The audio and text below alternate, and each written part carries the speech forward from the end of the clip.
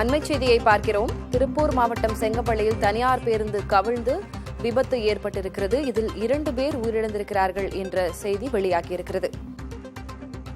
திருப்பூர் அருகே பேருந்து கவிழ்ந்து விபத்து ஏற்பட்டிருக்கிறது. தனியார் பேருந்து கவிழ்ந்ததில் விபத்து ஏற்பட்டு 2 பேர் உயிரிழந்திருக்கிறார்கள். படுகாயமடைந்த 2 பேர் மருத்துவமனையில் அனுமதிக்கப்பட்டிருக்கிறார்கள். மேலும் சிலர் காயமடைந்துள்ளதாகவும் தகவல் கிடைத்துள்ளது. கூடுதல் விவரங்களை வழங்குவதற்காக செய்தியாளர் சுரேஷ்குமார் இணைகிறார். சுரேஷ்குமார், என்ன நடந்தது? விபத்துக்கான காரணம் என்ன?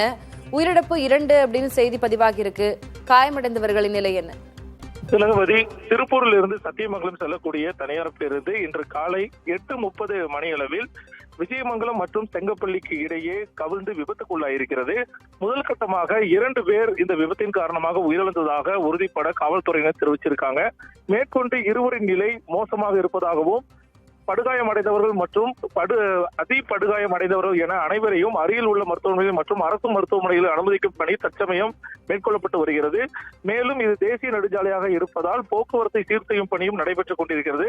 முதல் கட்டமாக காயமடைந்தவர்கள் மற்றும் படுகாயமடைந்தவர்கள் என அனைவரையும் அங்கிருந்து மீட்டு மருத்துவமனையில் அனுமதிக்கும் பணி சென்று கொண்டிருக்கிறது.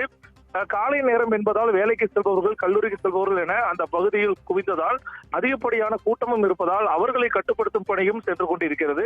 இந்த நிலையில் பேருந்தில் ஏற்பட்ட கோளாறு காரணமாக பேருந்து கவிழ்ந்து விபத்தானதா அல்லது அதிவேகமாக சென்றதில் கவிழ்ந்து விபத்துக்குள்ளானதா என்பது குறித்தெல்லாம் காவல்துறையினர் விசாரணை மேற்கொண்டு வராங்க.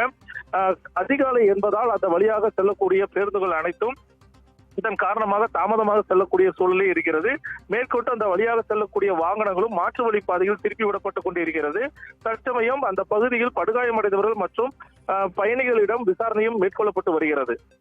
மேலதிக விவரங்களை சேகரிங்கள் சுரேஷ்குமார். தற்போதைய விவரங்களுக்கு நன்றி.